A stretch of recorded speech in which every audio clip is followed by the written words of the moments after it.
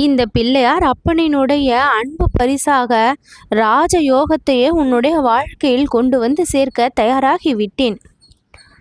எதையும் தாங்கும் மனவலிமை எப்பொழுதுமே உனக்கு இருக்க வேண்டும் என்று நான் சொல்லி இருக்கின்றேன். வாழ்க்கையில் பிரச்சனை என்று ஒன்று வந்தால் உடனே துவண்டு போய்விடக்கூடாது. அந்த பிரச்சனைகளை எல்லாம் சமாளிக்கக்கூடிய தைரியத்தை உடனே வளர்த்து கொண்டு இறைவனின் முன்னால் நின்று மனதை அமைதிப்படுத்தி அந்த பிரச்சனையை தீர்ப்பதற்கான வழியை காண வேண்டுமே தவிர, பிரச்சனை வந்துவிட்டதே என்று முடங்கி போவதையும் அழுது கண்ணீர் சிந்துவதையும் நான் விரும்ப மாட்டேன். என் பிள்ளையாக நீ இருக்கும் பொழுது வாழ்க்கையில் தைரியத்தை வளர்த்து கொள்ள வேண்டும். நீ சோகமாக இருப்பதையோ கண்ணீர் சிந்துவதையோ இந்த பிள்ளையாரப்பன் எப்பொழுதும் விரும்புவது இல்லை. சோகங்கள் உன்னை மூழ்கடிக்காமல் நீ பார்த்துக்கொள். உன்னை எப்பொழுதும் உற்சாகமாக வைத்திருக்கும்படி உன் சூழ்நிலையை நீ மாற்றிக்கொள். தேவையுள்ளது எது தேவையற்றது எது என்று உனக்கே நன்றாக தெரிந்திருக்கின்றது. ஆனாலும் தேவையில்லாத விஷயங்களை பிடித்து வைத்து கொண்டு அதிலிருந்து விடுபட முடியாமல் நீயே சிக்கி தவித்து கொண்டு இருக்கின்றாய். உன்னுடைய அப்பன் நான் இன்று ராஜயோகத்தை உனக்கு பரிசாக கொடுத்திருக்கின்றேன். அதை சரியாக பயன்படுத்தி உன் வாழ்க்கையில் மிகப்பெரிய அளவில் நீ வெற்றியை காணப்போகின்றாய். தோல்வியை எல்லாம் தள்ளி வைத்துவிட்டு அந்த அனுபவங்களை மட்டும் எடுத்துக்கொண்டு வாழ்க்கையின் பாதையில் வெற்றி பாதையில் முன்னேற எப்பொழுதுமே ஆயத்தமாக இருக்க வேண்டும். நீ யார் என்பதை பிறர் புரிந்து கொள்ள நீ நினைக்கின்றாய். ஆனால் நீ யார் என்பதை இன்னும் நீயே சரியாக புரிந்து கொள்ளாமல் இருக்கின்றாய். பிறருடைய செயலிலும் சிந்தனையிலும் நீ இருந்தால்தான் அவர்கள் உன்னை மதிக்கின்றார்கள் என்று நீ அவர்களை தவறாக எடை போட்டு வைத்திருக்கின்றாய். நீ பிறரை தவறாக நினைத்து கொண்டு உன்னை பிறர் தவறாக நினைக்கின்றார்கள் என்று வருத்தமும் படுகின்றாய். இந்த உலகில் யாரை பற்றியும் யாரும் சரியாக முழுமையாக புரிந்து கொள்ள முடியாது. ஏனென்றால் ஒவ்வொரு சூழ்நிலையிலும் ஒவ்வொருவரும் நேரத்திற்கு தகுந்தாற்போல மாறிக்கொண்டு இருக்கையில் யாரை தான் யார் முழுமையாக புரிந்து கொள்ள முடியும்? முடியாது என்பது முற்றுப்புள்ளி, முடியும் என்பது வெற்றி புள்ளி. முடியாது என்று சில விஷயங்களை நீ விட்டுவிட்டு அதற்கு முற்றுப்புள்ளியை நீ வைத்து விடுகின்றாய். ஆனால் முடியும் என்கின்ற வெற்றி புள்ளியோடு உன்னுடைய வாழ்க்கையை நீ தொடங்க வேண்டும். ஒரு விஷயத்தை பற்றி மாற்றி சிந்திக்காமல் மாற்றம் எப்பொழுதுமே வருவது இல்லை. புத்திசாலியோ முட்டாளோ எப்படி இருந்தாலும் வாழ்க்கையின் பாடங்களை இருவரும் கற்றுக்கொண்டுதான் வருகின்றார்கள். வாழ்க்கையின் பாடத்தை கற்றுக்கொள்ள பெற்றோர்கள் கடந்து வந்த பாதையை நாம் ஒவ்வொரு நாளும் அறிந்து கொண்டாலே போதும்.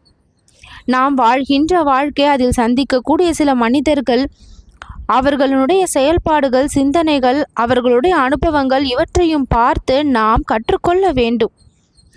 வாழ்க்கை இருளாக இருக்கின்றதே என்று நினைத்து கஷ்டப்பட்டு கொண்டிருக்காமல் வெளிச்சத்தை நோக்கி புறப்பட்டு அந்த வெற்றியின் திசையில் உன் கனவுகளை நீ முளைக்க வைப்பது உன் கரத்தில் தான் இருக்கின்றது. தோல்வியை அடைந்தவர்கள் சாக்கு போக்கு சொல்லி முயற்சியை தள்ளி போட நினைக்கின்றார்கள். ஆனால் வெற்றியை பெற விரும்புபவர்களோ தொடர்ந்து உழைக்கின்றார்கள். யார் எப்படி நடந்து கொள்கின்றார்கள் என்பதில்தான் அவரவர்களுக்கான வாழ்க்கை அமைந்திருக்கின்றது. சாதிக்கும் எண்ணம் ஆழ்மனதில் தோன்ற வேண்டும். எது இருந்தாலும் இல்லை என்றாலும் சாதிக்க முடியும், விடாமுயற்சி இருந்தால் மட்டும் என்கின்ற ஒன்றை எப்பொழுதும் நினைவில் வை.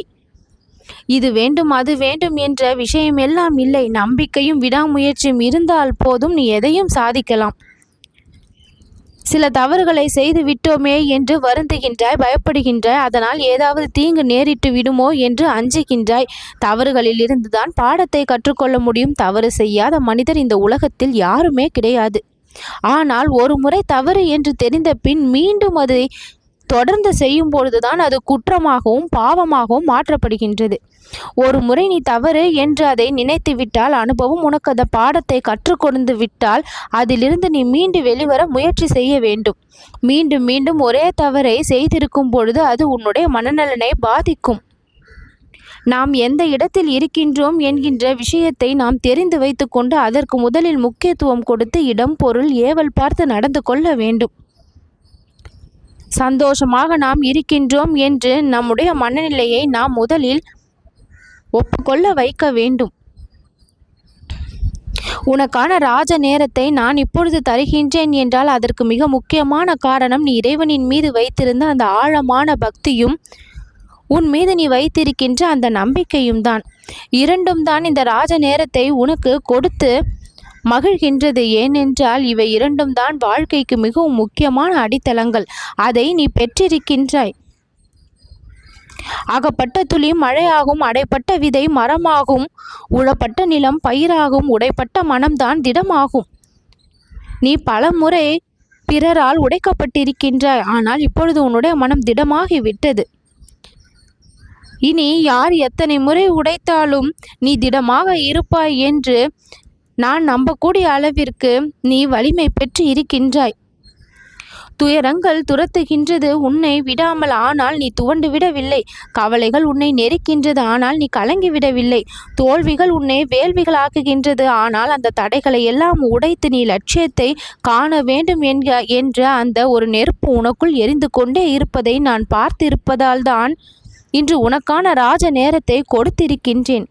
இந்த வாய்ப்பை நீ சரியாக பயன்படுத்தி உனக்கான பாதையை நீ சரியாக தேர்வு செய்து அந்த பாதையில் உன்னுடைய பாதங்களை பதிய வைக்கப் போகின்றாய், தனி அடையாளத்தோடு. நாம் உயரும் பொழுது சில விமர்சனங்கள் வரதான் செய்யும். அதை பொருட்படுத்தாமல் இருந்தால்தான் வெற்றியும் புகழும் நமக்கு சொந்தமாகும். துவண்டு போனவனை தவிர தோற்று போக மாட்டாய் என்பதை நீ தெரிந்து கொள். முதலில் உன்னை நேசி. நீ உன் உடல் உள்ளம் சந்தோஷமாகவும் ஆரோக்கியமாகவும் வைத்துக்கொள்ள என்னென்ன செய்ய வேண்டுமோ அத்தனையையும் செய். முடிந்த அளவிற்கு எப்பொழுதுமே இயற்கையை சார்ந்து உன்னுடைய வாழ்க்கையை நடத்து. காலம் கடந்து சென்றாலும், மனமானது உடைந்தே போனாலும், கனாக்களானது கரைந்தே விட்டாலும், உறவுகள் உதறி சென்றாலும் கூட நீ உனக்காக முதலில் இருக்க வேண்டும். உன் லட்சிய கனவை துரத்தி அதை அடைய முயற்சி செய்ய வேண்டும். வலி என்று எதையும் ஒதுக்கி விடாதே. அது எல்லாம் உன்னை வலிமையாக்கி கொண்டிருக்கின்றது. தோல்விகளை கண்டு துவண்டு போகாதே. அதுதான் உன்னை வெற்றியாளனாக மாற்றக்கூடிய சக்தியை பெற்றது. வெற்றி அவ்வளவு தூரத்தில் இல்லை, தோல்வி உனக்கு பக்கத்திலும் இல்லை. நீ தொடர்ந்து போராடினால் உனக்கு மாபெரும் அளவிற்கு நன்மை கிடைத்து கொண்டே இருக்கும். தேடினால் நிச்சயம் கிடைக்கும். அழுகையெல்லாம் விட்டுவிடு. பலவீனமாக இருப்பதை விட்டுவிடு. உற்சாகத்தோடும் தன்னம்பிக்கையோடும் கணபதி உன் பக்கம் இருக்கின்றேன் என்கின்ற ஆர்வத்தோடும் நீ நடந்து கொள். இந்த ராஜ நேரத்தை எல்லாம் நீ சரியாக பயன்படுத்தி ராஜ யோகத்தை நீ அடைய போகின்றாய். இத்தனை நாள் நீ பட்ட கஷ்டங்களுக்கு எல்லாம் இப்பொழுது முடிவு காலம். சோதனைக்கு எல்லாம் முடிவு காலம். நல்ல காலம் எல்லாம் இப்பொழுது வந்து விட்டது. நல்லது நடக்கும்.